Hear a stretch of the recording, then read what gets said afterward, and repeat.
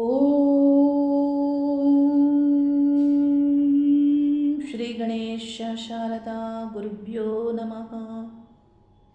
ಹರಿ ಓಂ ನಮಃ ಶಿವಾಯ. ನಮಸ್ಕಾರ. ನಾನು ಶ್ರೀಮತಿ ಸುಗುಣ, ಜ್ಯೋತಿಷ್ಯ ವಿದ್ವಾನ್ ಆಚಾರ್ಯ. ಕಟಕ ರಾಶಿಯವರ ಭವಿಷ್ಯ ನಿರ್ಮಾಣಕ್ಕೆ ಮುಂದಿನ 5 ವರ್ಷಗಳಲ್ಲಿ ಗ್ರಹಗಳು ಯಾವ ರಾಶಿಯನ್ನು ಪ್ರವೇಶಿಸಿ ಯಾವ ಫಲಗಳನ್ನು ನೀಡ್ತಾರೆ ಅನ್ನುವುದರ ಬಗ್ಗೆ ಕೆಲವು ಮುಖ್ಯ ವಿಷಯಗಳನ್ನು ತಿಳಿಸ್ತಾ ಇದ್ದೇನೆ. ಕಟಕ ರಾಶಿಯವರು ನಿಮ್ಮ ಕುಟುಂಬದ ಜೀವನಕ್ಕೆ, ನಿಮ್ಮ ಪರ್ಸ್ನಲ್ ಲೈಫ್ ಆಗಿರಬಹುದು, ನಿಮ್ಮ ಕಾರ್ಯ ಸಾಧನೆಗೆ, ಉದ್ಯೋಗಕ್ಕೆ ಎಲ್ಲದಕ್ಕೂ ಸರಿಯಾದಂತಹ ಕ್ಲಾರಿಟಿಯನ್ನು ತೆಗೆದುಕೊಳ್ಳುವುದಕ್ಕೆ ನಿಮಗೆ ಇಲ್ಲಿ ಈ ಗ್ರಹಗಳ ಫಲಗಳು ತಿಳಿಯೋದ್ರಿಂದ ನಿಮಗೆ ಸರಿಯಾದ ನಿರ್ಧಾರ ಮಾಡಲಿಕ್ಕೆ ಸಹಾಯ ಆಗ್ಬೋದು ಅನ್ನುವ ಕಾರಣದಿಂದ ತಿಳಿಸ್ತಾ ಇದ್ದೀನಿ. ಕಟಕ ರಾಶಿಯವರು ನೀವು ತಿಳಿದುಕೊಳ್ಳಬೇಕು, ಜಗತ್ತಿನಲ್ಲಿ ಮಹತ್ವದ ಘಟನೆಗಳು ನಡೆದಿರುವುದು ಆತ್ಮವಿಶ್ವಾಸದಿಂದಲೇ. ಅಂದರೆ ಈ ಒಂದು ಸಂದರ್ಭದಲ್ಲಿ ಭಾರತದ ಮಹಾನ್ ವ್ಯಕ್ತಿಯೊಬ್ಬರ ಮಾತನ್ನು ನಾನಿಲ್ಲಿ ತಿಳಿಸ್ತಾ ಇದ್ದೇನೆ. ಜಗತ್ತಿಗೆ ಬಹಳ ಸ್ಟ್ರಾಂಗ್ ಮೆಸೇಜನ್ನು ಅವರು ನೀಡ್ತಾರೆ. ಸ್ವಾಮಿ ವಿವೇಕಾನಂದ ಅವರು ಪ್ರತಿಯೊಬ್ಬ ವ್ಯಕ್ತಿಯಲ್ಲಿಯೂ ಅನಂತವಾದ ಶಕ್ತಿ ಇದೆ ಅನ್ನೋದನ್ನು ತಿಳಿಸ್ತಾರೆ. ಹಾಗೆ ಪ್ರತಿಯೊಬ್ಬ ವ್ಯಕ್ತಿಯು ಆತ್ಮವಿಶ್ವಾಸದಿಂದ ಕಾರ್ಯ ಸಾಧನೆಯನ್ನು ಮಾಡಬೇಕು ಅನ್ನೋದನ್ನು ತಿಳಿಸ್ತಾರೆ. ನೀವು ಸಾಧಕರಾಗಿದ್ದರೆ, ಮಹತ್ವದ ಕಾರ್ಯಗಳಲ್ಲಿ ನಿಮ್ಮನ್ನು ನೀವು ತೊಡಗಿಸಿಕೊಳ್ಳುವವರಾಗಿದ್ದರೆ ಆತ್ಮವಿಶ್ವಾಸ ಇರಲೇಬೇಕಾಗುತ್ತೆ. ಸಾಧನೆಯನ್ನು ಮಾಡುವಂತಹ ಆಲೋಚನೆ ನಿಮಗಿದ್ದರೆ ನೀವು ತಿಳಿದುಕೊಳ್ಬೇಕು, ಆಲೋಚನೆ ಅನ್ನೋದು ಮೊಳಕೆಯಂತೆ. ಮೊಳಕೆ ಮರ ಅಲ್ಲ. ಮೊಳಕೆ ಮರವಾಗಲು ಬಹಳಷ್ಟು ಕಾಲ ಬೇಕಾಗುತ್ತೆ, ನಿರಂತರವಾದಂತಹ ಪ್ರಯತ್ನವೂ ಬೇಕಾಗುತ್ತೆ, ಅದನ್ನು ಪೋಷಣೆಯನ್ನು ಮಾಡಬೇಕಾಗುತ್ತೆ. ಹಾಗಾಗಿ ಈ ಆಲೋಚನೆಗಳು ಶ್ರೇಷ್ಠವಾಗಿರಬೇಕು, ಶ್ರೇಷ್ಠ ಮೊಳಕೆಯಾಗಿರಬೇಕು, ಶ್ರೇಷ್ಠ ಮರವಾಗಿರಬೇಕು. ಅಂಥ ಸಾಧನೆಯನ್ನು ಮಾಡುವಂತಹ ಮಹತ್ವಾಕಾಂಕ್ಷೆ, ಗುರಿ, ಇಚ್ಛೆ ನಿಮಗಿದ್ದರೆ ನಿಮ್ಮ ಸಂಕಲ್ಪ ಶಕ್ತಿ ದೃಢವಾಗಿರಬೇಕು. ಹಾಗಾಗಿ ಈ ಒಂದು ವಿಷಯವನ್ನು ನಾನು ತಿಳಿಸ್ತಾ ಇರುವಂಥದ್ದು. ಕಟಕ ರಾಶಿಯವರು, ನೀವು ನಿಮ್ಮ ಜನ್ಮರಾಶಿ ಕಟಕ ರಾಶಿ ಮನೋಕಾರಕ ಚಂದ್ರನ ರಾಶಿ ಆಗಿರೋದ್ರಿಂದ ಮನಸ್ಸಿನ ಬಗ್ಗೆ ನೀವು ತಿಳಿದುಕೊಳ್ಳಬೇಕು. ಇಲ್ಲಿ ವೇದ ವಿಜ್ಞಾನದ ಬಗ್ಗೆ ನಾನು ತಿಳಿಸ್ತಾ ಇದ್ದೇನೆ. ಒಂದು ವಾಕ್ಯದಲ್ಲಿ ನಮ್ಮ ವೇದ ವಿಜ್ಞಾನದಲ್ಲಿ ತಿಳಿಸಲಾಗುತ್ತೆ, ಹೃದಯಸ್ಯ ಮನೋರೂಪಸ್ಯ, ಅಂದರೆ ಹೃದಯ ಮತ್ತು ಮನಸ್ಸು ಒಂದೇ. ಇಲ್ಲಿ ಹೃದಯ ಮತ್ತು ಮನಸ್ಸು ಒಂದೇ ಅನ್ನುವಾಗ, ಅದುವೇ ಸತ್ಯವಾಗಿರುವಾಗ, ಇಲ್ಲಿ ಹೃದಯ ಮತ್ತು ಮನಸ್ಸು ಒಂದಕ್ಕೊಂದು ಲಿಂಕ್, ಒಂದರಿಂದ ಮತ್ತೊಂದು ಹೀಗಿರುವಾಗ ನಿಮ್ಮ ಮನಸ್ಸಿನಲ್ಲಿ ಸರಿಯಾದಂತಹ ಆಲೋಚನೆಗಳಿದ್ದರೆ, ಮನಸ್ಸು ಕ್ಲಾರಿಟಿಯಿಂದ ಇದ್ದರೆ ನಿಮ್ಮ ಹೃದಯವು ಆರೋಗ್ಯವಾಗಿರುತ್ತೆ. ನಿಮ್ಮ ಮನಸ್ಸಿನಲ್ಲಿ ಸರಿಯಾದ ಆಲೋಚನೆಗಳು ಬಂದರೆ ನಿಮ್ಮ ಜೀವನಕ್ಕೆ ಸರಿಯಾದ ಕಾರ್ಯಗಳು ನಡೆಯುತ್ತೆ. ಹಾಗಾಗಿ ಮನಸ್ಸನ್ನು ನೀವು ಪ್ರಶಾಂತ ಸ್ಥಿತಿಯಲ್ಲಿ ಇಟ್ಟುಕೊಂಡು ಒಳ್ಳೆ ಆಲೋಚನೆಗಳು ಬರುವುದಕ್ಕೆ ಅವಕಾಶವನ್ನು ಮಾಡಿಕೊಡಬೇಕು. ಕಟಕ ರಾಶಿಯವರು ನೀವು ತಿಳಿದುಕೊಳ್ಬೇಕು, ನೀವು ಸೂಕ್ಷ್ಮವಾಗಿ ಎಲ್ಲ ವಿಷಯಗಳನ್ನು, ನಿಮಗೇನೇ ಯಾರಾದರೂ ಕಠೋರವಾಗಿ ಅಂದರೂ ಅದನ್ನು ತುಂಬ ಯೋಚಿಸ್ತೀರ. ಹಾಗಾಗಿ ತುಂಬ ಸ್ಟ್ರಾಂಗ್ ಆಗಿ ಇಲ್ಲಿ ನಿಮ್ಮ ಮನಸ್ಸು ಇರಬೇಕಾಗುತ್ತೆ.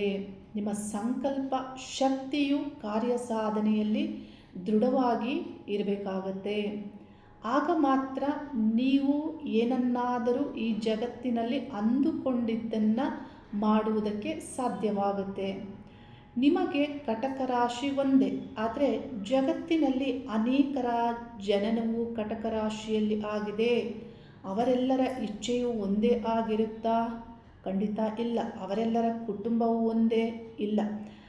ಅವರವರ ಇಚ್ಛೆಗಳು ಮತ್ತು ಅವರವರ ವಯಸ್ಸು ಇದೆಲ್ಲವೂ ಬೇರೆ ಬೇರೆ ಆಗಿರುತ್ತೆ. ಹಾಗಾಗಿ ಕಟಕ ರಾಶಿಯವರಿಗೆ ಬೇರೆ ಬೇರೆ ಫಲಗಳು ಇರುತ್ತೆ.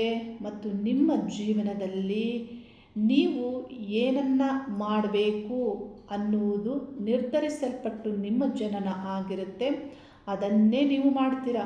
ಅಂದರೆ ಇಲ್ಲಿ ಗೋಚಾರದ ಗ್ರಹಗಳು ನೀಡುವ ಫಲಕ್ಕಿಂತ ನಿಮ್ಮ ಜನ್ಮಜಾತಕದಲ್ಲಿ ನೀವೊಬ್ಬರು ಉಪನ್ಯಾಸಕರಾಗಬೇಕು, ನೀವೊಬ್ಬರು ರಾಜಕಾರಣಿಯಾಗಬೇಕು, ನೀವೊಬ್ಬರು ಆಧ್ಯಾತ್ಮದಲ್ಲಿ ಯೋಗಿಯಾಗಬೇಕು, ಅಧಿಕಾರಿಯಾಗಬೇಕು, ವೈದ್ಯರಾಗಬೇಕು ಅನ್ನುವುದು ನಿರ್ಧರಿಸಲ್ಪಟ್ಟು ನಿಮ್ಮ ಜನನ ಆಗಿದ್ದರೆ ಆ ಒಂದು ಫಲಕ್ಕೆ ಇಲ್ಲಿ ಗೋಚಾರದ ಗ್ರಹಗಳು ನಿಮಗೆ ಒಳ್ಳೆಯ ಫಲವನ್ನು ನೀಡುತ್ತಾರೆ. ಅಂದರೆ ಈ ಕಾಲದಲ್ಲಿಯೇ ನಿಮ್ಮ ವಿವಾಹ ಆಗಬೇಕು ಅನ್ನುವುದು ನಿಮ್ಮ ಜನ್ಮಜಾತಕದಲ್ಲಿನ ಗ್ರಹಗಳ ದಶಾಭುಕ್ತಿಯಲ್ಲಿ ಆ ಗ್ರಹ ಆ ಸೂಚನೆಯನ್ನು ಮತ್ತು ಆ ಫಲವನ್ನು ನೀಡುವಂತಿದ್ದರೆ ಗೋಚಾರದಲ್ಲಿಯೂ ಸುಲಭವಾಗಿ ನಿಮ್ಮ ವಿವಾಹವು ಆಗುತ್ತೆ. ಹಾಗಾಗಿ ಅವರವರ ಜನ್ಮಜಾತಕದಲ್ಲಿ ಯಾವ ಫಲವಿದೆ ಮತ್ತು ಗ್ರಹಗಳಲ್ಲಿ ಯಾವ ದಶಾಕಾಲ ನಡೀತಾ ಇದೆ, ಯಾವ ಭುಕ್ತಿ ಕಾಲವು ನಡೀತಾ ಇದೆ, ಅದುವೇ ಬಹಳ ಮುಖ್ಯವಾಗಿರುತ್ತೆ. ಗೋಚಾರದಲ್ಲಿ ಬರುವಂತಹ ಫಲಗಳು ಒಬ್ಬೊಬ್ಬರಿಗೆ ಒಂದೊಂದು ರೀತಿಯ ಫಲಗಳು ಸಿಗಬಹುದು. ಆದರೆ ನಿಖರವಾಗಿ ನಿಮಗೆ ಇಂಥದ್ದೇ ಸಿಗುತ್ತೆ ಅನ್ನುವುದಕ್ಕೆ ನಿಮ್ಮ ಜನ್ಮಜಾತಕದಲ್ಲಿನ ಗ್ರಹಗಳೇ ಮುಖ್ಯವಾಗಿರ್ತವೆ. ಹಾಗಾಗಿ ನಿಮ್ಮ ಜನ್ಮಜಾತಕವನ್ನು ಪರಿಶೀಲಿಸಿಕೊಳ್ಳಿ. ನೀವು ಏನನ್ನು ಮಾಡಬೇಕು ಅದರ ಬಗ್ಗೆ ಸರಿಯಾದಂತಹ ಕ್ಲಾರಿಟಿಯನ್ನು ತೆಗೆದುಕೊಳ್ಳಿ. ಈಗಾಗಲೇ ನಿಮಗೆ ತಿಳಿದಿದೆ ನಿಮ್ಮ ಜನ್ಮರಾಶಿಯಿಂದ ಬೇರೆ ಬೇರೆ ಗ್ರಹಗಳು ಯಾವ ಯಾವ ರಾಶಿಯಲ್ಲಿ ಸಂಚರಿಸ್ತಾ ಇದ್ದಾರೆ. ನಿಮಗೆ ಕಟಕ ರಾಶಿ ಒಂದೇ, ಆದರೆ ಅದರೊಳಗಡೆ ಇರುವಂತಹ ವಿಷಯದಲ್ಲಿ 3 ನಕ್ಷತ್ರಗಳು ಬರುತ್ತೆ. ಪುನರ್ವಸು ನಕ್ಷತ್ರ ಬರುತ್ತೆ, ಮುಂದುವರಿದು ಪುಷ್ಯ ನಕ್ಷತ್ರ ಬರುತ್ತೆ, ಆಶ್ಲೇಷ ನಕ್ಷತ್ರ ಬರುತ್ತೆ. ಪುನರ್ವಸು ನಕ್ಷತ್ರಕ್ಕೆ ಗುರುಗ್ರಹ ಅಧಿಪತಿ ಆಗ್ತಾರೆ, ಪುಷ್ಯ ನಕ್ಷತ್ರಕ್ಕೆ ಶನಿಗ್ರಹ ಅಧಿಪತಿ ಆಗ್ತಾರೆ, ಆಶ್ಲೇಷ ನಕ್ಷತ್ರಕ್ಕೆ ಬುಧ ಗ್ರಹ ಅಧಿಪತಿ ಆಗ್ತಾರೆ. ಈ 3 ನಕ್ಷತ್ರಕ್ಕೆ 3 ಗ್ರಹಗಳು ಅಧಿಪತಿ ಆಗ್ತಾರೆ.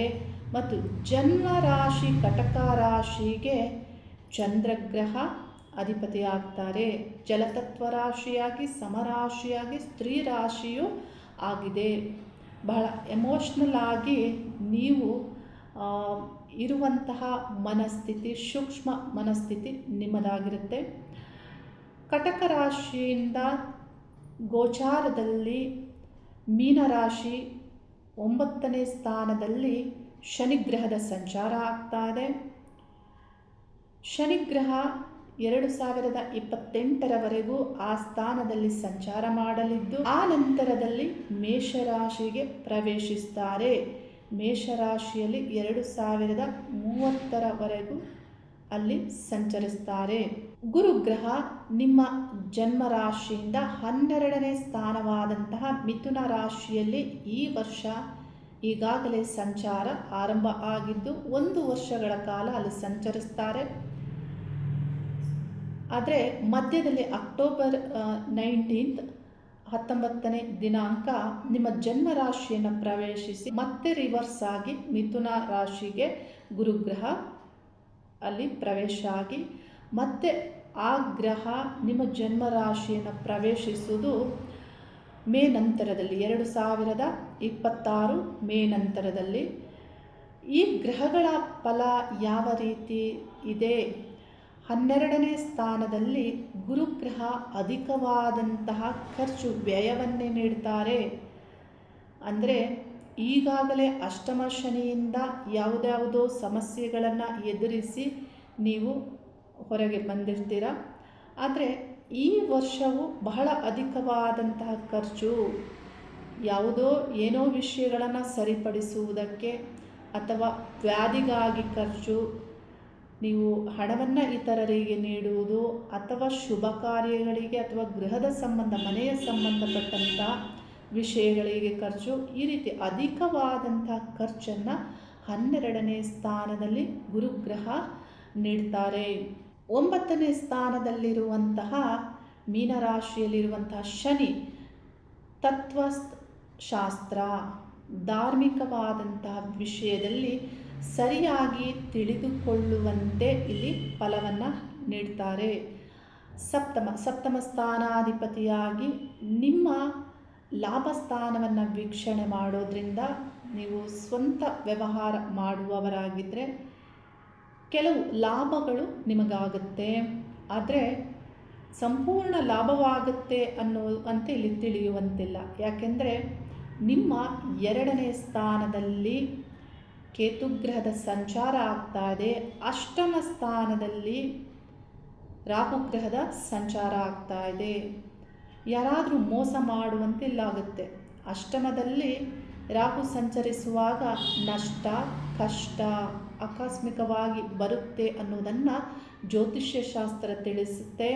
ಇದಕ್ಕಿದ್ದಂತೆ ಸಡನ್ನಾಗಿ ನಿಮಗೇನಾದರೂ ಕಷ್ಟ ಬರುವಂಥದ್ದು, ಇಲ್ಲಿ ನಷ್ಟವಾಗುವಂಥದ್ದು. ಏಕೆಂದರೆ ನಿಮ್ಮ ಪಾರ್ಟ್ನರಿಂದಾದರೂ ಆಗ್ಬೋದು, ಯಾವುದೇ ಒಂದು ನಿಮಗೆ ಹೊಸ ಪರಿಚಯದಿಂದಾದರೂ ಆಗ್ಬೋದು, ಅವರಿಂದ ನಿಮಗೆ ನಷ್ಟವಾಗುವಂಥದ್ದು. ಅಂದರೆ ಇಲ್ಲಿ ನಿಮ್ಮ ಪಾರ್ಟ್ನರ್ ಅಂದರೆ ಅವರಿಗೆ ಯಾರು ನಷ್ಟ ಮಾಡ್ತಾರೆ ಅವರಿಗೆ ಅದು ಧನಸ್ಥಾನವಾಗಿರುತ್ತೆ. ಅಲ್ಲಿ ರಾಹು ಸಂಚರಿಸೋದ್ರಿಂದ ನಿಮಗೆ ಅದು ನಷ್ಟವಾಗುತ್ತೆ.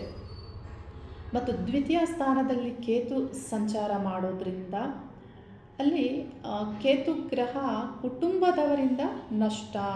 ಇಲ್ಲಿ ರಾಹು ಗ್ರಹ ಅಲ್ಲಿ ನಿಮಗೆ ಮೋಸ ಆಗುವಂತೆ ಮಾಡ್ತಾರೆ. ಇಲ್ಲಿ ಕುಟುಂಬ ಸ್ಥಾನದಲ್ಲಿ ಕುಟುಂಬದವರಿಂದಲೂ ನಷ್ಟ ಆಗುವಂತಹ ಸಾಧ್ಯತೆ ಇರುತ್ತೆ. ಹೀಗೆ ಇರುವಾಗ, ಈ ಗ್ರಹಗಳ ಫಲ ಹೀಗಿರುವಾಗ ಈ ವರ್ಷದಲ್ಲಿ ನಿಮ್ಮ ಸುಧಾರಣೆಗೆ ಸ್ವಲ್ಪ ಕಷ್ಟವಾಗುತ್ತೆ, ಬಹಳಷ್ಟು ಶ್ರಮ ಪಡಬೇಕಾಗತ್ತೆ. ಭಾಗ್ಯದಲ್ಲಿ ಅಂದರೆ ಅದೃಷ್ಟ ಸ್ಥಾನ 9ನೇ ಸ್ಥಾನದಲ್ಲಿ ಶನಿ ಸಂಚಾರ ಮಾಡ್ತಾ ಇರೋದ್ರಿಂದ ಅದೃಷ್ಟಕ್ಕಾಗಿ ತುಂಬ ಎಫರ್ಟ್ ಹಾಕ್ತೀರಾ. ಅಲ್ಲಿ ನಿಮಗೆ ಶನಿ ಈಶ್ವರ ಅಂದರೆ ಶಿವ ಆರಾಧನೆ ಮಾಡುವವರಿಗೆ ಒಳ್ಳೆ ಫಲವನ್ನು ನೀಡುತ್ತಾರೆ. ಇನ್ನು ಮುಂದುವರೆದು 1 ವರ್ಷದ ನಂತರದಲ್ಲಿ ಗ್ರಹಗಳು ಶನಿ ಬದಲಾವಣೆ ಆಗೋದಿಲ್ಲ, ಆದರೆ ಗುರುಗ್ರಹ ನಿಮ್ಮ ಜನ್ಮರಾಶಿಯನ್ನು ಪ್ರವೇಶಿಸ್ತಾರೆ. 2026 ಮೇ ನಂತರದಲ್ಲಿ ನಿಮ್ಮ ಜನ್ಮರಾಶಿಯನ್ನು ಪ್ರವೇಶಿಸಿ 1 ವರ್ಷಗಳ ಕಾಲ 2027 ಮಧ್ಯಭಾಗದವರೆಗೂ ಅಂದರೆ ಜೂನ್ವರೆಗೂ ಅಲ್ಲಿ ಸಂಚಾರ ಮಾಡುವಂತಹ ಆ ಕಾಲದಲ್ಲಿ ನಿಮಗೆ ಯಾವ ರೀತಿಯ ಫಲವನ್ನು ಗುರುಗ್ರಹ ನೀಡುತ್ತಾರೆ. ಗುರುವಿಗೆ ಕಟಕ ರಾಶಿ ಉಚ್ಚ ರಾಶಿ, ಕಟಕ ರಾಶಿಯಲ್ಲಿಯೇ ಗುರು ಉಚ್ಚ ಆಗ್ತಾರೆ. ಅಂದರೆ ಗುರು ಇಲ್ಲಿ ಒಳ್ಳೆ ಫಲವನ್ನು ನೀಡ್ತಾರೆ. ಯಾವ ರೀತಿ ಒಳ್ಳೆ ಫಲವನ್ನು ನೀಡ್ತಾರೆ? ಮುಖ್ಯವಾಗಿ ನೀವು ನಿಮ್ಮ ವ್ಯಕ್ತಿತ್ವದಲ್ಲಿ, ನಿಮ್ಮ ಜೀವನದಲ್ಲಿ ಬಹಳ ಆಚಾರ ವಿಚಾರಗಳನ್ನು ಗೌರವಿಸ್ತೀರಾ.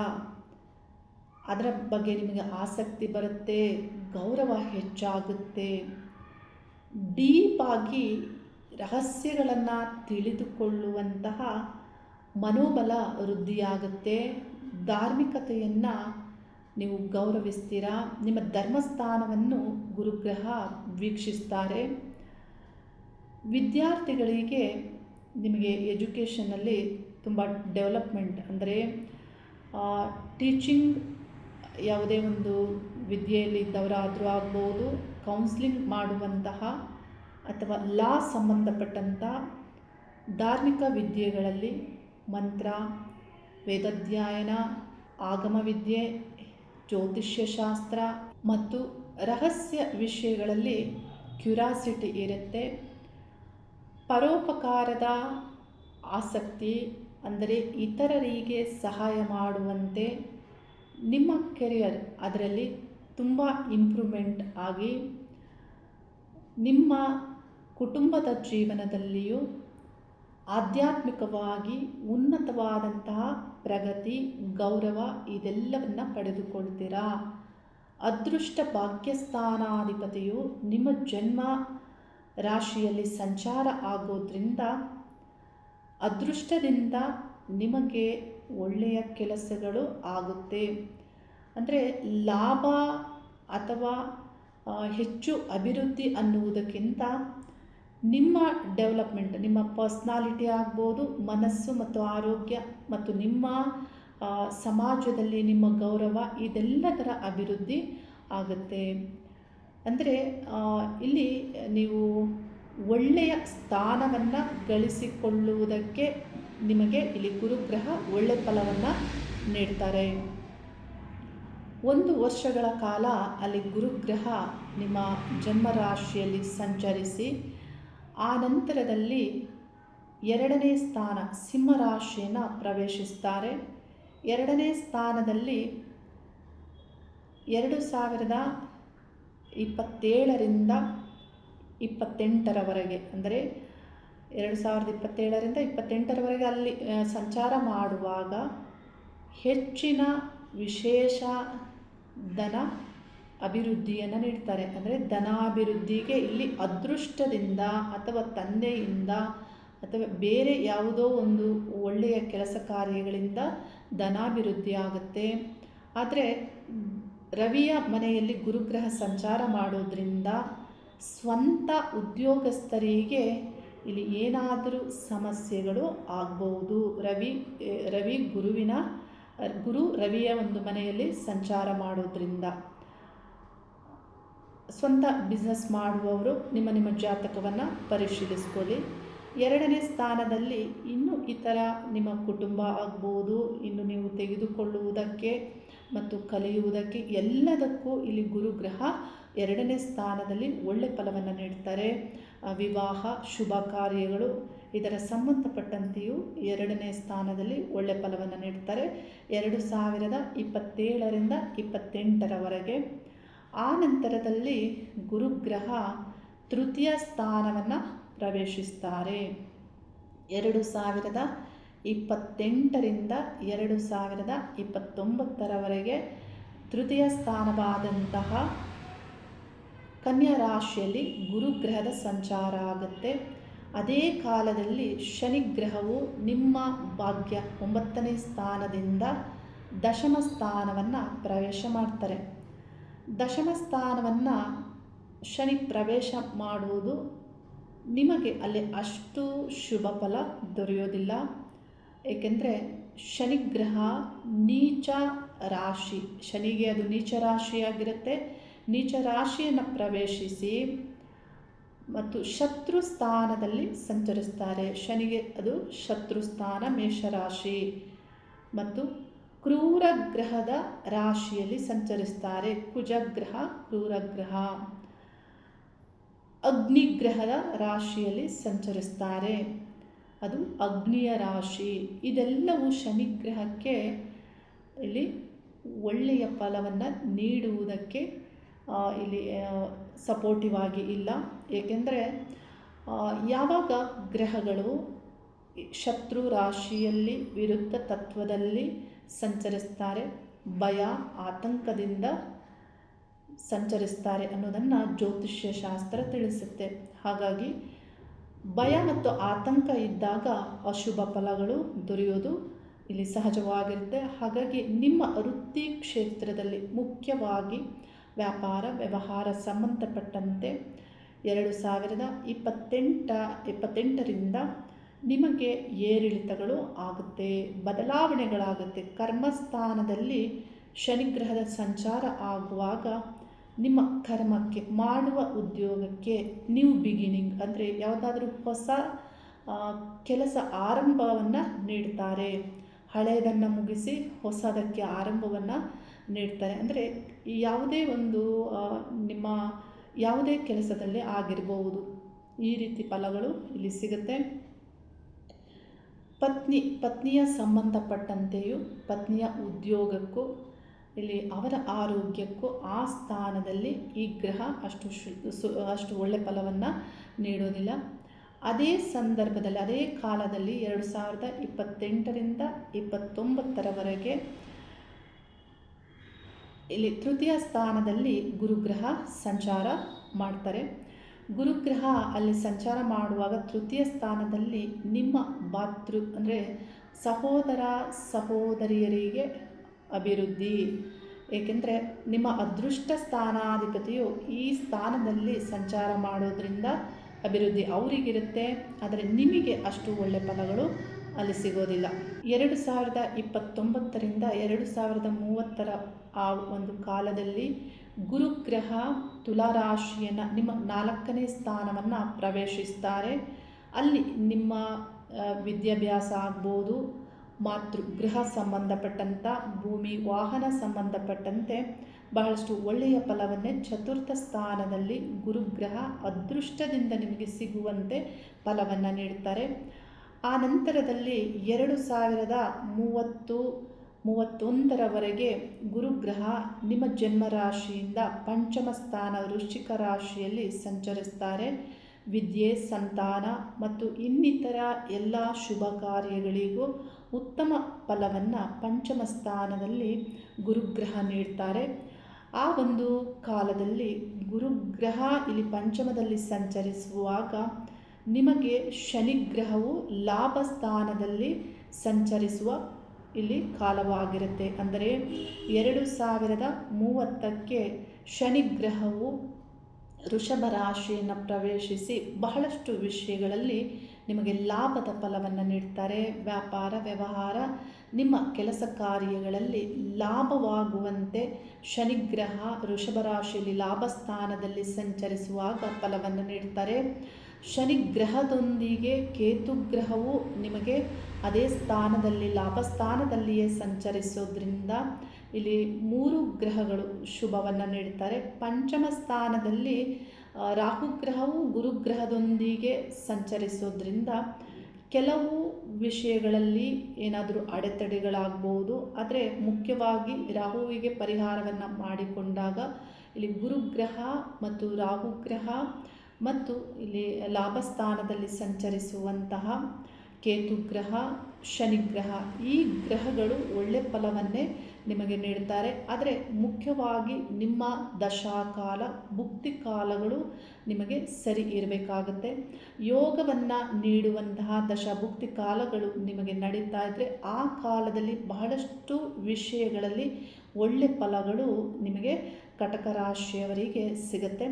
ಇದರಿಂದ ಒಂದು 5 ವರ್ಷದಲ್ಲಿ ಬರುವಂತಹ ಗ್ರಹಗಳ ಫಲಗಳ ಬಗ್ಗೆ ಕೆಲವು ವಿಷಯಗಳನ್ನು ನಾನು ತಿಳಿಸಿದ್ದೇನೆ. ಏಕೆಂದರೆ ಸಂಪೂರ್ಣವಾಗಿ ಒಂದೇ ವಿಡಿಯೋದಲ್ಲಿ ತಿಳಿಸೋದಕ್ಕೆ ಸಾಧ್ಯವಾಗುವುದಿಲ್ಲ. ನಿಮ್ಮ ಜಾತಕವನ್ನು ಪರಿಶೀಲಿಸಿಕೊಂಡು ಮುಖ್ಯವಾದಂತಹ ವಿಷಯಗಳು ಮತ್ತು ಮುಖ್ಯ ನಿರ್ಧಾರಗಳ ಬಗ್ಗೆ ನೀವು ಸರಿಯಾದಂತಹ ಕ್ಲಾರಿಟಿ ತಗೊಂಡು ನಿರ್ಧರಿಸೋದ್ರಿಂದ ಇಂದಿನ ನಿಮ್ಮ ನಿರ್ಧಾರಗಳು ಮುಂದಿನ ಭವಿಷ್ಯ ಮತ್ತು ಒಳ್ಳೆಯ ರಿಸಲ್ಟನ್ನು ನೀಡ್ತವೆ. ಕಟಕ ರಾಶಿಯವರ ಒಬ್ಬ ವ್ಯಕ್ತಿಯ ಜಾತಕವನ್ನು ಉದಾಹರಣೆಯಾಗಿ ನಾನಿಲ್ಲಿ ತಿಳಿಸ್ತಾ ಇದ್ದೇನೆ. ಈ ವ್ಯಕ್ತಿ ಜನನ ಆಗಿದ್ದು 27ನೇ ದಿನಾಂಕ ಫೆಬ್ರವರಿ ಮಾಸದಲ್ಲಿ 1991ರಲ್ಲಿ ಇವರ ಜನನ ಆಗುತ್ತೆ. ಬೆಳಗಿನ ಸಂದರ್ಭದಲ್ಲಿ 4:30ಕ್ಕೆ ಜನನ ಆಗ್ತಾರೆ. ಜನಿಸುವಾಗ ಕಟಕ ರಾಶಿ ಆಶ್ಲೇಷ ನಕ್ಷತ್ರ ಇದ್ದು ಜನನ ಕಾಲದಲ್ಲಿ ಮಕರ ಲಗ್ನವು ಇವರದ್ದಾಗಿರುತ್ತೆ.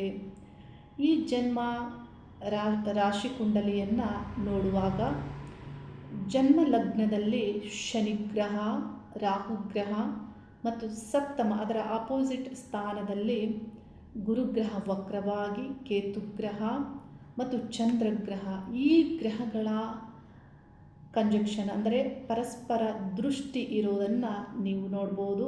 ದ್ವಿತೀಯ ಸ್ಥಾನದಲ್ಲಿ ಶತಾಭಿಷ ನಕ್ಷತ್ರದಲ್ಲಿ ಸೂರ್ಯಗ್ರಹ ಇದ್ದು ಅಷ್ಟಮದಲ್ಲಿ ಮಾಂದಿ ಇರೋದನ್ನು ನೀವು ನೋಡ್ಬೋದು. ಪಂಚಮದಲ್ಲಿ ಕುಜಗ್ರಹ ಇದ್ದು ಈ ಗ್ರಹಗಳಿಂದ ಯಾವ ವಿಷಯಗಳನ್ನು ಮುಖ್ಯವಾಗಿ ನಾವು ತಿಳಿಬಹುದು. ಇವರ ಜಾತಕವನ್ನು ನಾನು ಪರಿಶೀಲನೆ ಮಾಡಿರುವುದು ಇದೇ ಮಾಸದಲ್ಲಿ. ಇವರು ನನ್ನ ಹತ್ರ ಮೇ ಮಂತಲ್ಲೇ ಕೇಳಿರ್ತಾರೆ, ಆದರೆ ಮೇ ಮಾಸದಲ್ಲಿ ನಾನು ತುಂಬ ಬ್ಯುಸಿ ಇದ್ದ ಕಾರಣ ನನಗೆ ಅವರ ಜಾತಕವನ್ನು ನೋಡಲಿಕ್ಕೆ ಟೈಮ್ ಸಿಕ್ಕಿರೋದಿಲ್ಲ. ಹಾಗಾಗಿ ಜೂನ್ ಫಸ್ಟ್ ವೀಕಲ್ಲಿ ನಾನು ನೋಡಿರ್ತೇನೆ. ಈ ಜಾತಕದಲ್ಲಿ ಮುಖ್ಯವಾಗಿ ನಮಗೆ ಏನು ತಿಳಿಯೋದು ಅಂದರೆ, ಶನಿ ರಾಹು ಜನ್ಮ ಲಗ್ನದಲ್ಲಿ ಇದ್ದಾಗ ನೆಗೆಟಿವ್ ಮಾಟ ಮಂತ್ರ ದೃಷ್ಟಿ ಇಂಥ ಒಂದು ನೆಗೆಟಿವ್ ಎನರ್ಜಿಯ ಬಾಧೆ ಆಗುತ್ತೆ. ಈ ಗ್ರಹಗಳು ಚಂದ್ರಗ್ರಹವನ್ನು ದೃಷ್ಟಿಸೋದ್ರಿಂದ ಚಂದ್ರಗ್ರಹವನ್ನು ಈ ಪಾಪಗ್ರಹಗಳು ದೃಷ್ಟಿಸಿದರೆ ಈ ರೀತಿ ಬಾಧೆ ಆಗುತ್ತೆ. ಅವರು ಜೀವಿತಾವಧಿಯಲ್ಲಿ ಇಂಥದ್ದನ್ನು ಅನುಭವಿಸ್ತಾರೆ. ಈ ಒಂದು ವಿಷಯವಾಗಿಯೇ ಅವರಿಗೆ ಬಹಳಷ್ಟು ಸಮಸ್ಯೆ ಆಗ್ತಾ ಇದೆ. ಕಟಕ ರಾಶಿಯವರಿಗೆ ಕಳೆದ 3 ವರ್ಷಗಳಿಂದ ಅಷ್ಟಮ ಶನಿ ಪ್ರಭಾವವೂ ಇತ್ತು ಮತ್ತು ಅವರಿಗೆ ಶನಿ ಭುಕ್ತಿಯೂ ಇತ್ತು. ಅಂದರೆ ಶುಕ್ರ ದಶೆಯಲ್ಲಿ ಶನಿ ಭುಕ್ತಿ ನಡೀತಾ ಇತ್ತು. ಈ ಒಂದು ಕಾರಣದಿಂದ ಅವರ ಆರೋಗ್ಯದ ಮನಸ್ಸಿನ ಮೇಲೆ ಬಹಳಷ್ಟು ಈ ನೆಗೆಟಿವ್ ಎನರ್ಜಿಯ ಪ್ರಭಾವ ಇತ್ತು ಅನ್ನೋದು ಅವರದ್ದಾಗಿದೆ. ಆದರೆ ಇದರ ಆರಂಭ ಎಲ್ಲಾಯಿತು, ಹೇಗಾಯಿತು, ಇಂಥದ್ದನ್ನೆಲ್ಲ ನಂಬಲಿಕ್ಕೆ ಸಾಧ್ಯವಾ ಅನ್ನೋದು ಇಲ್ಲಿ ಈ ಒಂದು ವಿಷಯಗಳನ್ನು ತಿಳಿದಾಗ ನಿಮಗೆ ಅನಿಸುತ್ತೆ. ಈ ಒಂದು ಸ್ತ್ರೀ ಇವರು ಕಾಲೇಜ್ ಹಂತದಲ್ಲಿ ಇರುವಾಗ, ಇವರಿಗೆ 18-19 ವಯಸ್ಸಿರುವಾಗ, ಆ ಒಂದು ಕಾಲದಲ್ಲಿ ಕೇತು ದಶೆಯಲ್ಲಿ ಶನಿ ಭುಕ್ತಿ ಈ ಒಂದು ಕಾಲ ಆಗಿರುವಂತಹ ಒಂದು ಹೆಚ್ಚಿನ ಸಾಧ್ಯತೆ ಇದೆ ಅವರು ತಿಳಿಸಿದ್ದು. ಆ ಒಂದು ಕಾಲದಲ್ಲಿ ಕಾಲೇಜ್ಗೆ ಹೋಗುವಾಗ, ಫಸ್ಟ್ ಇಯರ್ ಡಿಗ್ರಿಯಲ್ಲಿರುವಾಗ ಇದ್ದಕ್ಕಿದ್ದಂತೆ ಅವರ ಸುತ್ತ ಒಂದು ಗಾಳಿ ಆವರಿಸುತ್ತೆ. ಅಂದರೆ 3 ರೋಡು ಕೂಡುವಲ್ಲಿ ಒಂದು ಸ್ಟ್ರಾಂಗ್ ಆಗಿರುವಂತಹ ಒಂದು ಗಾಳಿ, ಸುಂಟರ ಗಾಳಿಯಂತೆ ಸುತ್ಕೊಂಡು ಬಂದು ಅವರನ್ನು ಅದು ಟಚ್ ಮಾಡಿ ಅವರನ್ನು ಏನೋ ಒಂದು ಜಾಯ್ನ್ ಆದ ಹಾಗೆ ಆಗುತ್ತೆ ಅವರಿಗೆ. ಆದರೆ ಆ ನಂತರದಲ್ಲಿ ಆಗಿದ್ದು ಏನು? ಆ ನಂತರದಲ್ಲಿ ಅವರು ಮನೆಯಿಂದ ಹೊರಗಡೆ ಹೋಗಲಿಕ್ಕಾಗಲ್ಲ, ವಿಚಿತ್ರವಾಗಿ ಆಡ್ತಾರೆ. ಹಾಗಾಗಿ ಕಾಲೇಜ್ ವಿದ್ಯಾಭ್ಯಾಸ ಅಲ್ಲಿಗೆ ನಿಲ್ತು. ಆ ನಂತರ ಇವರು ಎಲ್ಲೇ ಹೋದರೂ ವಾಪಸ್ ಮನೆಗೆ ಹೋಗಬೇಕು ಅನ್ನಿಸುತ್ತೆ.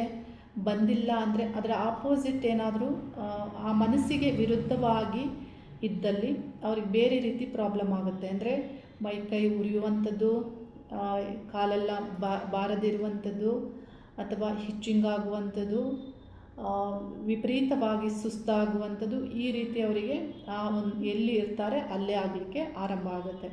ನೋಡಿ, ಈ ರೀತಿ ಆಗುವಂತಹ ಕಾರಣದಿಂದ ಮನೆಯಿಂದ ಹೊರಗೆ ಹೋಗೋದು ಇವರು ಕಡಿಮೆ ಮಾಡಿದರು. ಮತ್ತು ಇವರಿಗೆ ಅದರಿಂದ ಇನ್ನೇನೇನು ಎಫೆಕ್ಟ್ ಆಗುತ್ತೆ ಅಂದರೆ, ಎಲ್ಲೋ ಒಂದು ಕೆಟ್ಟ ಘಟನೆ ನಡಿಬೇಕು ಅಥವಾ ಇನ್ನೇನೇನು ನಡಿಬೇಕಂದ್ರೂ ಮೊದಲೇ ಅವರಿಗೆ ಅದು ತಿಳಿಯುತ್ತೆ. ಅದನ್ನು ತಡೆಯಲು ಹೋದಂತಹ ಇವರಿಗೆ ಪನಿಷ್ ಆಗುತ್ತೆ.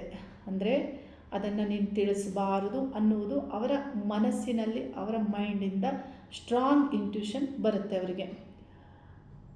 ಈ ಕಾರಣದಿಂದ ಮತ್ತು ಅವರ ಮನಸ್ಸಲ್ಲೇ ಈ ವಿರುದ್ಧವಾಗಿ ಬರುವಂತಹ ಸ್ಟ್ರಾಂಗ್ ಮೆಸೇಜ್ ಏನಂದರೆ, ನಿಮ್ಮ ಮನೆಯವರಿಗೆ ತೊಂದರೆ ಕೊಡ್ತೇನೆ, ಅಂದರೆ ಅಪ್ಪ ಅಮ್ಮನಿಗೆ ತೊಂದರೆ ಕೊಡ್ತೇನೆ, ಈ ಮತ್ತೆ ಯಾರು ಇರ್ತಾರೆ ಅವರಿಗೆ ತೊಂದರೆ ಕೊಡ್ತಾನೆ ಅನ್ನುವಂತಹ ಸ್ಟ್ರಾಂಗ್ ಮೆಸೇಜ್ ಬರುತ್ತೆ ಅವರಿಗೆ. ಅವರು ಈ ಶಕ್ತಿ ಅಂದರೆ ಈ ನೆಗೆಟಿವ್ ಎನರ್ಜಿ ಹೇಳಿದ್ದಂಗೆ ಕೇಳಲಿಲ್ಲ, ನೀನು ಇಲ್ಲಿಂದ ಹೋಗು ಅನ್ನುವಂಥ ಮೈಂಡ್ ಮೆಸೇಜ್ ಬಂದರೆ ಮನಸ್ಸಿನಲ್ಲಿ, ಇವರು ಅಲ್ಲಿಂದ ಹೋಗಬೇಕು, ಆ ರೀತಿ ಆಗ್ತಾ ಇದೆ. ಆದರೆ ಈ ಒಂದು ಸ್ತ್ರೀ ಇರೋದು ಮಂಗಳೂರಿನಲ್ಲಿ ಆಗಿದ್ದು, ಇವರು ಕಾಸರಗೋಡು ಆ ಮೂಲದವರಾಗಿದ್ದು, ಅಲ್ಲಿ ಬಹಳ ತಂತ್ರ ಮತ್ತು ದೈವದ ವಿಷಯಗಳು ಇರೋದರಿಂದ ಇದನ್ನು ಸರಿಪಡಿಸಲಿಕ್ಕೆ ಆಗಿಲ್ವಾ ಅನ್ನೋದು ಇಲ್ಲಿ ನಿಮಗೆ ಕ್ವಶನ್ ಆಗಿ ಬರ್ಬೋದು, ಪ್ರಶ್ನೆಯಾಗಿ ಬರ್ಬೋದು. ಇದೆಲ್ಲ ಪ್ರಯತ್ನಗಳು 10 ವರ್ಷದಿಂದ ಬಹಳಷ್ಟು ನಡೆದಿದೆ. ನಡೆದರೂ ಆಗಿಲ್ಲ. ಇವತ್ತಿಗೂ ಅವರು ಆ ಸಮಸ್ಯೆಯನ್ನು ಎದುರಿಸ್ತಾ ಇದ್ದಾರೆ. ಅಂದರೆ ಇಲ್ಲಿ ನಾನು ಈ ಡಿವೈನ್ ನೀಡುವಂತಹ ಇಂಟ್ಯೂಷನ್ನಿಂದ ಆಗು ಹೋಗುಗಳ ಬಗ್ಗೆ ನಾನು ತಿಳಿಯೋದ್ರಿಂದ ಈ ನೆಗೆಟಿವ್ ಅವ್ರಿಗೇನು ಬರುತ್ತೆ ಅದನ್ನು ಖಂಡಿತ ಇಲ್ಲಿ ನಂಬುವಂತಹ ತಿಳುವಳಿಕೆ ನನಗಿದೆ. ಏನಾಗ್ಬೋದು, ಏನಾಗ್ತಾ ಇದೆ ಅನ್ನುವಂತಹ ತಿಳುವಳಿಕೆ ನನಗಿದೆ. ಆದರೆ ಆ ಒಂದು ನೆಗೆಟಿವ್ ಏನಿದೆ, ಇವರು ದೇವಾಲಯಕ್ಕೆ ಹೋದರೆ ಅಲ್ಲಿ ಅದು ಇರೋದಿಲ್ಲ, ತೊಂದರೆ ಕೊಡೋದಿಲ್ಲ, ಅಲ್ಲಿ ಪ್ರವೇಶವೇ ಆಗೋದಿಲ್ಲ. ನಂತರ ಮನೆಗೆ ಬಂದರೆ ಅಥವಾ ಹೊರಗೆ ಬಂದಾಗ ಇದರ ಪ್ರವೇಶ ಆಗುತ್ತೆ. ಹಾಗೆ ಇನ್ನೂ ಯಾವುದೇ ಪರಿಹಾರಕ್ಕೆ ಹೋದಾಗ ಅಲ್ಲಿ ಆ ಸಮಸ್ಯೆ ಇರೋದಿಲ್ಲ. ಆದರೆ ಅಲ್ಲಿಂದ ಅವರು ಬಂದ ನಂತರ ಈ ಸಮಸ್ಯೆ ಆಗುತ್ತೆ. ಈ ರೀತಿ ಆಗುವಂತಹ ವಿಷಯಗಳಿಗೆ ಇಲ್ಲಿ ಈ ನೆಗೆಟಿವ್ ಎನರ್ಜಿ ಇಲ್ಲಿ ಹೇಗೆ ಇವರನ್ನು ಯಾಕೆ ಇಷ್ಟು ಬಾಧಿಸ್ತಾ ಇದೆ ಅಂದರೆ, ಜನ್ಮದಿಂದಲೇ ಇದರ ಸೂಚನೆ ಇವರ ಜಾತಕದಲ್ಲಿದೆ. ಒಂದು ಇಲ್ಲಿ ರಾಹು ದೋಷ, ಕೇತು ದೋಷ, ಅಂದರೆ ಇಲ್ಲಿ ಸರ್ಪ ಸಂಬಂಧಪಟ್ಟಂತಹ ದೋಷ ನಿರ್ಮಾಣ ಆಗುತ್ತೆ. ಮತ್ತು ಆ ಕುಟುಂಬ ಸ್ಥಾನದಲ್ಲಿರುವಂತಹ ಆತ್ಮಕಾರಕ ಸೂರ್ಯಗ್ರಹನನ್ನು ಮಾಂದಿಗ್ರಹವು ವೀಕ್ಷಿಸ್ತಾ ಇದೆ. ಮತ್ತು ಕುಟುಂಬದಲ್ಲಿಯೇ ಯಾರಾದರೂ ಅಥವಾ ಇಲ್ಲಿ ಏನಾದರೂ ದ್ವೇಷದಿಂದ ಅವರಿಗೇನಾದರೂ ಮೋಕ್ಷ ಸಿಗದೆ ಈ ರೀತಿ ರೂಪಾಂತರ ಆಗಿ ಇಲ್ಲಿ ಏನಾಗುತ್ತೆ, ಯಾವುದೇ ಒಂದು ಆತ್ಮ ಆಗ್ಬೋದು ಅಥವಾ ಏನಾದರೂ ಇಲ್ಲಿ ಈ ಪ್ರೇತ ರೂಪ ತಾಳುವಾಗ ರೂಪಾಂತರ ಆಗಿ ಇಲ್ಲಿ ಸ್ಟ್ರಾಂಗ್ ಆಗಿ ಇವರಿಗೆ ತೊಂದರೆ ಕೊಡುವಂತಹ ರೂಪವನ್ನು ತಾಳಿ ಈ ರೀತಿ ತೊಂದರೆ ಕೊಡ್ತಾ ಇರ್ಬೋದು. ಇದರ ಮೂಲವನ್ನು ತಿಳಿಯೋದು ಅಷ್ಟು ಸುಲಭವಾಗಲ್ಲ. ಏಕೆಂದರೆ ಅದು ಈಗ ಯಾರು ಅದನ್ನು ಸರಿಪಡಿಸಕ್ಕೆ ಹೋಗ್ತಾರೆ ಅವರಿಗೂ ತೊಂದರೆ ಕೊಡುತ್ತೆ. ಇದರಿಂದ ಹೊರಗೆ ಬರೋದು ಬಹಳ ಕಷ್ಟ. ಇವರ ಜನ್ಮ ಜಾತಕದ ಗ್ರಹಗಳು ಇದನ್ನೇ ಸೂಚಿಸುತ್ತೆ. ಇವರು ಮೊದಲೇ ಬಾಲ್ಯದಲ್ಲಿಯೇ ಇವರ ಜಾತಕ ಪರಿಶೀಲಿಸಿದರೆ ಈ ಮಾಟ ಮಂತ್ರ, ದೃಷ್ಟಿದೋಷ, ಪ್ರೇತಬಾಧೆ ಇಂಥದ್ದೆಲ್ಲ ಆಗುತ್ತೆ ಅನ್ನುವುದರ ಸೂಚನೆಯನ್ನು ಜ್ಯೋತಿಷಿಗಳು ನೀಡ್ತಾ ಇದ್ದರು. ಮತ್ತು ಇದರ ಬಗ್ಗೆ ಒಂದಿಷ್ಟು ಕೇರ್ ತೆಗೆದುಕೊಳ್ಬಹುದಾಗಿತ್ತು. ಆದರೆ ಇದು ಆದ ನಂತರ ತಿಳಿಯುತ್ತೆ. ಅದು ಏನು ಅಂತ ತಿಳಿಯುವುದಕ್ಕೆ ಒಂದಷ್ಟು ವರ್ಷಗಳು ಕಳೆದು ಹೋಗುತ್ತೆ. ಅಷ್ಟರಲ್ಲಿ ಆಗಲೇ ಅದರ ಒಂದು ಸ್ಟ್ರಾಂಗ್ ಇರುವಂತಹ ಒಂದು ಸ್ಥಿತಿಯನ್ನು ಅದು ತಲುಪಿರುತ್ತೆ. ಈ ಒಂದು ಕಾಲದಲ್ಲಿ ಅದನ್ನು ತೆಗಿಬೇಕಂದ್ರೆ ಅದಕ್ಕೆ ಬಹಳಷ್ಟು ಹಣನೂ ಖರ್ಚಾಗುತ್ತೆ. ಇಲ್ಲಿ ಹಣದ ಒಂದು ಸಮಸ್ಯೆ ಇರುವವರಿಗೆ ಅಥವಾ ಆಚಾರ ವಿಚಾರಗಳಲ್ಲಿ ಅಥವಾ ಕುಟುಂಬದಲ್ಲಿ ಏನಾದರೂ ಬೇರೆ ಸಮಸ್ಯೆಗಳು ಇದ್ದಲ್ಲಿ ಈ ಒಂದು ಸಮಸ್ಯೆಯಿಂದ ಹೊರಗೆ ಬರೋದಕ್ಕೆ ಸಾಧ್ಯವಾಗುವುದಿಲ್ಲ. ಮುಖ್ಯವಾಗಿ ಅವರವರಿಗೆ ಯಾವುದೇ ವ್ಯಕ್ತಿ ಆಗಿದ್ದರೂ ಊರ ದೇವರು, ಕುಲದೇವರು, ಮನೆ ದೇವರು ಅವರ ರಕ್ಷೆ ಕಾಯ್ತಾ ಇರುತ್ತೆ. ಅಂದರೆ ಅವರ ರಕ್ಷೆ ಇರುತ್ತೆ. ಯಾವಾಗ ಕುಲದೇವರು, ಮನೆ ದೇವರು, ಊರ ದೇವರು ಅಥವಾ ಮನೆಯ ಹತ್ತಿರ ಇರುವ ದೇವರು ಇದಕ್ಕೇನಾದರೂ ಇಲ್ಲಿ ಸಮಸ್ಯೆಗಳಾಗುತ್ತೆ, ಮನುಷ್ಯರಿಂದಲೇ ಇಲ್ಲಿ ಸಮಸ್ಯೆಗಳು ಆದಾಗ ದೇವತಾ ಎನರ್ಜಿ ಕೆಲಸ ಮಾಡೋದಿಲ್ಲ. ಬದಲಾಗಿ ಅವುಗಳಿಂದಲೇ ಇಂಥದ್ದರ ನಿರ್ಮಾಣವೂ ಆಗುತ್ತೆ. ಈಗ ಶಕ್ತಿ ದೇವತೆಗಳನ್ನು ನೀವು ನೋಡ್ಬೋದು. ದುರ್ಗೆ ಇಲ್ಲಿ ನೆಗೆಟಿವ್ ಈ ಒಂದು ಪ್ರೇತ ಭೂತ ಇಂಥವುದನ್ನೆಲ್ಲ ಹಿಡಿದು ಆಟಾಡಿಸ್ತಾರೆ. ಹನುಮಾನ್ ಅವರು ಹೀಗೆ ನೋಡಿ, ಈ ರೀತಿ ಇಲ್ಲಿ ಶಕ್ತಿ ಇರುವಂತಹ ದೇವತೆಗಳೇ ಇದನ್ನು ಮಾಡ್ತಾರೆ. ವ್ಯಕ್ತಿ ಸರಿ ಇಲ್ಲ ಅಂದಾಗ ಅಥವಾ ಆ ಕುಟುಂಬದಲ್ಲಿ ಏನಾದರೂ ಇಲ್ಲಿ ಸರಿಯಾದದ್ದು ಆಗ್ತಾ ಇಲ್ಲ ಅಂದಾಗಲೂ ಇಂಥದ್ದು ದೇವತೆಗಳಿಂದಲೇ ಆಗಲಿಕ್ಕೆ ಸಾಧ್ಯ ಇದೆ. ಯಾವಾಗಲೂ ದೇವತಾ ರಕ್ಷೆ, ದೇವತಾ ಅನುಗ್ರಹದೊಂದಿಗೆ ನಮ್ಮ ಜೀವನ ನಡಿಬೇಕಾಗತ್ತೆ. ಹಾಗಾಗಿ ಅದು ಬಹಳ ಮುಖ್ಯವಾಗುತ್ತೆ. ಗಾಡ್ ವೈಬ್ರೇಷನ್ನು ಪ್ರತಿ ಮನುಷ್ಯನು ಹುಟ್ಟಿದ ಯಾವುದೇ ವ್ಯಕ್ತಿ ಆದರೂ ಬಾಲ್ಯದಿಂದಲೂ ಗಾಡ್ ವೈಬ್ರೇಷನ್ ಇರಬೇಕಾಗುತ್ತೆ. ತಂದೆ ತಾಯಿಗಳು ಅಂಥದ್ದನ್ನು ಮಕ್ಕಳಿಗಾಗ್ಬೋದು, ಕುಟುಂಬಕ್ಕಾಗ್ಬೋದು, ದೇವತಾ ಅನುಗ್ರಹ ಇರುವಂತೆ ಅವರ ಜೀವನವನ್ನು ನಿರ್ಮಾಣ ಮಾಡಿಕೊಡ್ಬೇಕಾಗತ್ತೆ. ಇಲ್ಲವಾದಲ್ಲಿ ಬಹಳ ಕಷ್ಟವಾಗುತ್ತೆ. ಈ ರೀತಿ ನೋಡಿ, ಈ ಒಂದು ಕಾಲದಲ್ಲಿ 10 ವರ್ಷದಿಂದಲೂ ಈ ಕಾಲ ವ್ಯರ್ಥವಾಗಿದೆ. ಏನೂ ಮಾಡಿಲ್ಲ, ಎಜುಕೇಷನ್ ಆಗಿಲ್ಲ, ಉದ್ಯೋಗ ಆಗಿಲ್ಲ ಮತ್ತು ವಿವಾಹವೂ ಆಗಿಲ್ಲ. ಹಾಗಾಗಿ ಪ್ರತಿಯೊಬ್ಬರೂ ತಿಳಿದುಕೊಳ್ಬೇಕು, ನಿಮ್ಮ ಜನ್ಮ ಜಾತಕದಲ್ಲಿ ಗ್ರಹಗಳು ಯಾವ್ಯಾವ ರೀತಿಯಲ್ಲಿ ಬಾಧಿಸ್ತಾವೆ ಅನ್ನೋದು. ಈ ಕೆಲವರಿಗೆ ಈ ನೆಗೆಟಿವ್ ಎನರ್ಜಿ ಅನ್ನುವುದರ ಬಗ್ಗೆ ಇಂಥದ್ರ ಮೇಲೆ ನಂಬಿಕೆ ಬರದೇ ಇರ್ಬೋದು. ಆದರೆ ಇಂಥ ವಿಷಯಗಳನ್ನು ಅನೇಕ ರೀತಿಯಲ್ಲಿ ನಾವು ಒಬ್ಬೊಬ್ಬರಲ್ಲಿ ಒಂದೊಂದು ಸಮಸ್ಯೆಗಳನ್ನು ನಾನು ಕೇಳ್ತಾ ಇರ್ತೇನೆ. ಆಶ್ಚರ್ಯ ಆಗುವಂಥದ್ದು. ಏಕೆಂದರೆ ಸದಾ ನಾವು ಜಪವನ್ನು ಮಾಡಿಕೊಂಡು ಇರುವಂತಹ ನಮಗೆ ಇಂಥದ್ದನ್ನೆಲ್ಲ ಕೇಳಿದಾಗ ಆಶ್ಚರ್ಯವೂ ಆಗುತ್ತೆ. ಆದರೆ ಇದು ಸತ್ಯ ಅನ್ನೋದು ಅವರ ಜೀವನದಲ್ಲಿ ಅವರು ಪಡುತ್ತಿರುವಂತಹ ಕಷ್ಟ ಮತ್ತು ನಮ್ಮ ಆ ದೃಷ್ಟಿಯ ವಿವಿಂದ ನಾವು ತಿಳಿಬಹುದು. ಪ್ರತಿಯೊಬ್ಬರು ನಿಮ್ಮ ಜಾತಕವನ್ನು ಪರಿಶೀಲಿಸ್ಕೊಳ್ಳಿ. ಗ್ರಹಗಳು ಯಾವ ಫಲವನ್ನು ನೀಡುತ್ತಾರೆ, ನಿಮ್ಮ ಕುಟುಂಬದಲ್ಲಿ ಯಾರಿಗಾದರೂ ಇಂತಹ ಸಮಸ್ಯೆಗಳು ಬಾಧಿಸಬಹುದಾ? ಇವತ್ತು ನೀವು ಚೆನ್ನಾಗಿದ್ದೀರಾ, ಆದರೆ ಮುಂದೆ ಏನಾಗುತ್ತೆ? ಜ್ಯೋತಿಷ್ಯ ಶಾಸ್ತ್ರ ಭವಿಷ್ಯ ಅನ್ನೋದು ತಿಳಿಸೋದು ಮುಂದೆ ಆಗಬಹುದಾದದನ್ನು ತಿಳಿಸುತ್ತೆ.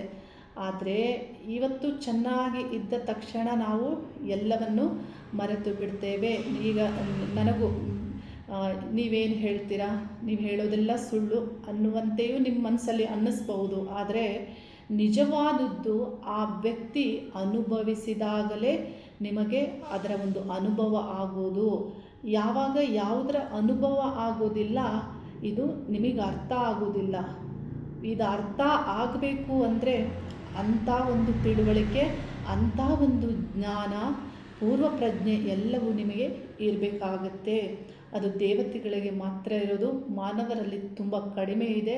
ಹಾಗಾಗಿ ಮಾನವರು ಇಂತಹ ಒಂದು ತಿಳುವಳಿಕೆಯ ಜ್ಞಾನವನ್ನು ಅಭಿವೃದ್ಧಿಪಡಿಸ್ಕೊಳ್ಬೇಕು. ಪ್ರತಿಯೊಬ್ಬರಿಗೂ ನಾನು ತಿಳಿಸೋದೇನೆಂದರೆ, ಸಾಧನೆ ಮಾಡುವಂತಹ ಆಲೋಚನೆಗಳಲ್ಲಿ ನೀವಿದ್ದರೆ ನಿಮ್ಮ ಜಾತಕ ಪರಿಶೀಲನೆ ಮಾಡಿಸ್ಕೊಳ್ಳಿ. ಪ್ರತಿಯೊಬ್ಬರಿಗೂ ಈ ಒಂದು ಸೃಷ್ಟಿಯಲ್ಲಿ ಪ್ರಕೃತಿಯು ಒಳ್ಳೆಯ ರಕ್ಷೆಯನ್ನು ನೀಡಿ ನಿಮ್ಮ ಆಲೋಚನೆಗಳಲ್ಲಿ ಉತ್ತಮ ಆಲೋಚನೆಗಳನ್ನು ಕಾರ್ಯರೂಪಕ್ಕೆ ತರುವಂತಹ ಶಕ್ತಿ, ಆತ್ಮವಿಶ್ವಾಸವನ್ನು ನಿಮಗೆ ನೀಡಲಿ ಅನ್ನುವಂತಹ ಪ್ರಾರ್ಥನೆಯೊಂದಿಗೆ ಕಟಕ ರಾಶಿಯವರಿಗೆ ಶುಭವಾಗಲಿ. ಹರಿ ಓಂ ನಮಃ ಶಿವಾಯ.